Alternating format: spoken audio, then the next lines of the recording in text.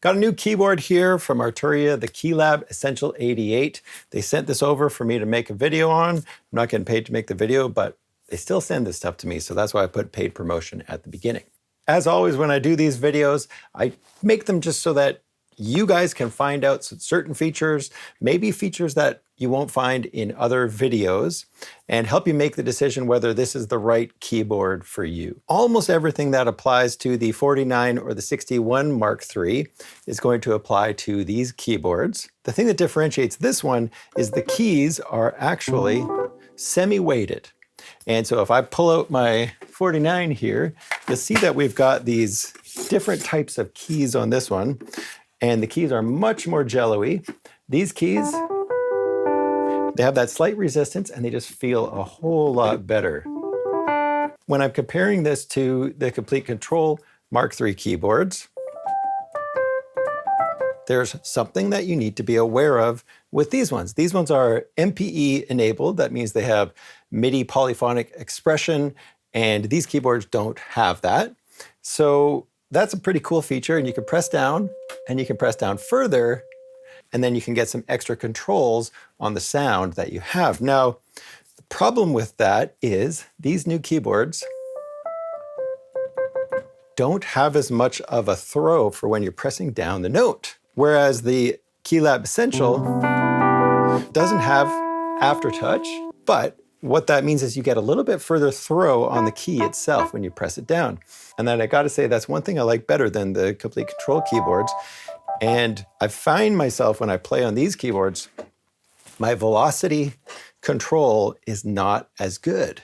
And it's probably because I just have a little bit less of a key to actually push down. So there's always a sacrifice for these kinds of things. And so for me right now, I like the keys of this one better when I'm playing something like a piano or just playing anything that I want to control dynamics, like putting in some string parts or something like that. And then I'm going to go to the Osmos anytime I need actual aftertouch, because with this one, you have a whole lot of throw for the aftertouch. So you have way more control over whatever aftertouch is hooked up to. Whether you want to have polyphonic aftertouch or just regular old aftertouch, this thing is where it's going to shine. And I'm sorry for bringing that up because it's super expensive and it's not what we're talking about here. But you realize that there are certain trade-offs to try and get all of the different features packed into one keyboard. I like the keys of this one. And to me, that's what this is all about, is getting a full keyboard, 88 keys. I don't know if you guys have noticed, but in my studio, I've only pulled out an 88 key keyboard like maybe once or twice in the last 5 years of YouTube videos. And what I plan to do with this keyboard is kind of just have it off to the side. And every time I'm actually getting into a real composing streak or working on a soundtrack or something like that, and that's going to be my go-to for any of my very specific piano playing needs. So with that out of the way, it's kind of like the rest of this functionality. What you need to do is go obviously watch the videos that they're going to post, or you can just go look for videos on the Keylab Essential Mark III other keyboards, and you're going to find all the information that applies to the things you can do with the DAW control and controlling your mixer, controlling effects and stuff like that. And the truth is, right now, I don't have the script that works with Cubase. So I can't even really show you the DAW control with this version that I have here. I tried working with the 61 Mark III script for Cubase, and it just doesn't work. Let me know if you're interested, because once they have a script for Cubase for this 88 key version, I'd love to do a little video that goes over how you could use this and integrate it with the software itself. So is this all going to make a huge difference for you? That depends. You might be somebody who loves that kind of hardware control. It also comes with a ton of software. It comes with Analog Lab V and 2,000 patches with that. Now, something to be aware of with Analog Lab V is there's a big difference between Analog Lab V and the Analog Lab Pro that you would get if you had the V collection. The Analog Lab V is like a $200 purchase. I'm not sure if that's Canadian or US, but something like that, $200 for the software, and that comes with this keyboard when you get it. In terms of looking for sounds, this browser works really nicely, which is new compared to the Mark II versions of these keyboards or the Mark I versions. But yeah, you go through, I can go look in the keys folder, And then now I'm in the subfolder of keys. You can see that. So we got lo-fi keys, mallets, plucked keys. Okay, let's try that one. So I'm going to hit the clav.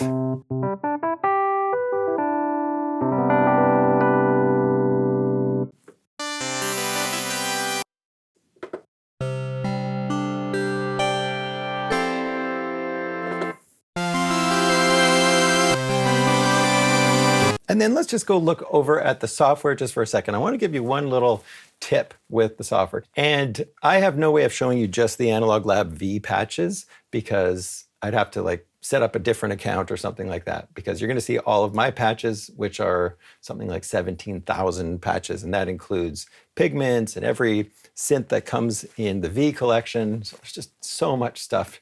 But the way it works here is you've got this home button. It gives you kind of an overview of patches. And you've got a couple of patches that pop up. You can browse by the instruments that you have if you have the V collection, as well as sound banks that you can purchase. A bunch of them come for free.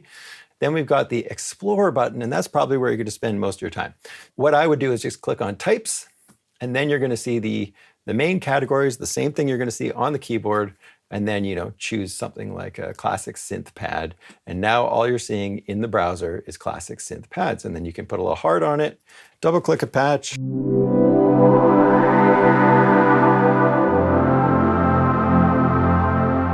And then I can give it a little heart right here. And then of course the heart pops up on the software and so on.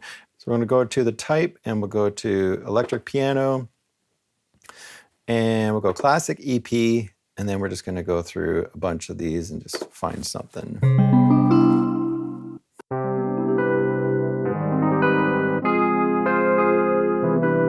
So once you've got your patch, of course, one of the things you want to have a look at is the sliders and the knobs. And if we look over here, once you've loaded your patch, you can get out of the browser view. So again, this little guy right here is your browser. So to get out of that, to see what these are all assigned to, you got to click this little button right here. If anybody knows a way to do that from the hardware, so I can close the browser from here, please write it in comments, because that feels like something they need to have on there so that I don't have to go over to the mouse to see these controls pop up on the screen. Anyways, once we've got that, you can see we've got 9 knobs and 9 faders. So a significant amount of control over each of these patches. And we look up on the screen, of course, we can see we've got brightness, timbre, and so on. And then we can choose how much of the bass, how much of the treble. Now, with these sliders here, you're going to have to catch wherever it is. So you can see amp drive right now, the 4th one in, is near the bottom and my slider's at the top. So all I got to do is move the slider down. You'll see a black sort of background that's where the fader is at that moment. Slide it down as soon as it catches that other point, now you're controlling it. So it's kind of a nice feature. It means that you're not going to accidentally jump something to the wrong spot as soon as you touch it because it's in the wrong spot. And these knobs themselves are endless encoders. So what that means is if we look at the master, you can see it's way over at like 3 o'clock. If I start turning, it just picks up where it is at, which is a beautiful feature. The faders feel really good. The knobs have almost too much resistance, in my opinion. There's a lot of resistance there.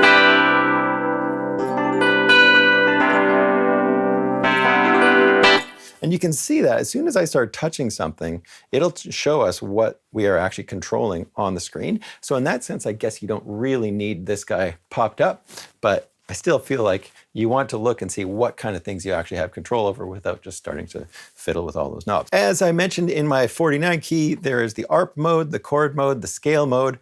Let me just show you something that's really cool that I showed in that video as well. If you hit the scale mode and hold it down, you're going to get one of my favorite features of this keyboard. So we are going to release that and we're going to change the root note here. So I hit the type and then we're going to go to D minor. So watch what happens when I play now. So we're in D minor. Okay, that's cool. But I don't know if you noticed, but I played all white notes. Let's go even further with this. Let's go now to C minor and try that out. So again, playing all the white notes. If I take scale mode off, you see that I'm actually playing a C major scale. C minor is much more complicated. 3 flats, 3 black keys. If I go back to scale mode now, it's on C minor. It's like totally cheating, right?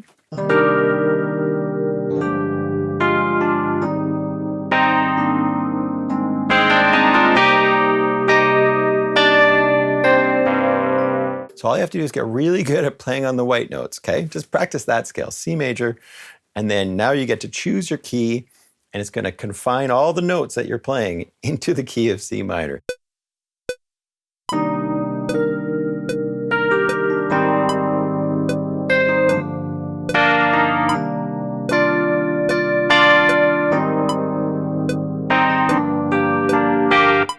Okay, and then let's see what happened with the MIDI that I just played. So if we look at what I just played in Cubase, you can see that it's playing C, E flat, G, A flat, all these black notes, even though I didn't play them, which is really cool. So it's actually sending MIDI that's in the proper key to your DAW. Okay, so the last thing I just want to show you really quickly is setting up the keyboard and these pads with something like battery. So I've already got a kit loaded, but let me load a new one just to show you what that might look like. Okay, that one sounds nice, but here's the problem.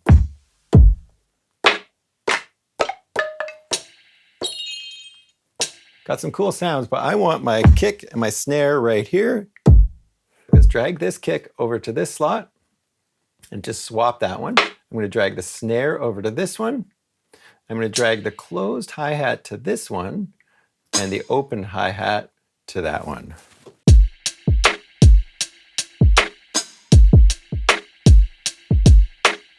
And again, in a future video, what I'd love to do is just show you how you could make your own templates. Because not only can you use the templates they ship, but you can make your own templates for certain plugins.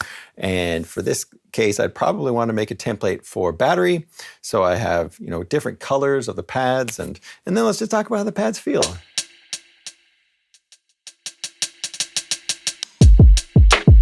These pads feel really good. There's not a ton of resistance,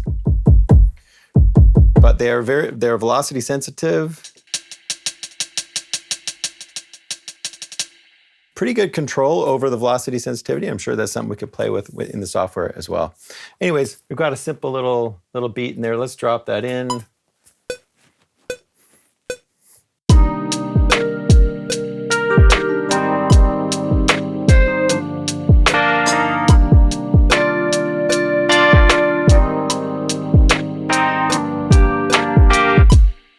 Okay, so now let's load up a bass patch. So I'm gonna, actually let's go back to types, bass, and then we're gonna go to sub bass, nice. We'll try a couple different patches.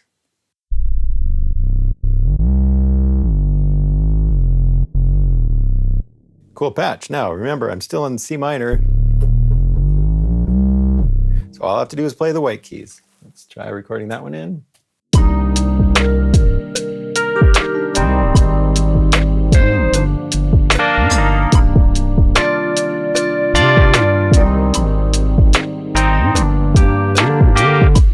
And then let's just add one more. We're going to go to leads. There we go. And then let's go to soft lead.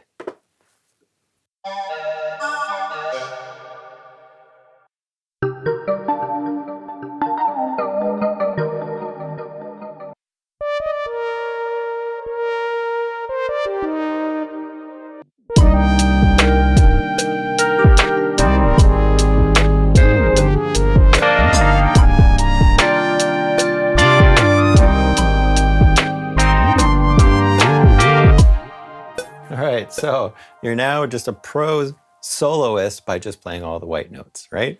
Pretty cool stuff. Okay, so that's my very quick overview of the new Keylab Essential 88. Hopefully once I get the Keybase script, I can do a little more detailed video on what you can do to control the software, because there's a lot of control in here, and it's something that I think a lot of people might really use. And I feel like that's the point. So thanks Arturia for sending it over, and thanks for watching the video. See you in the next one.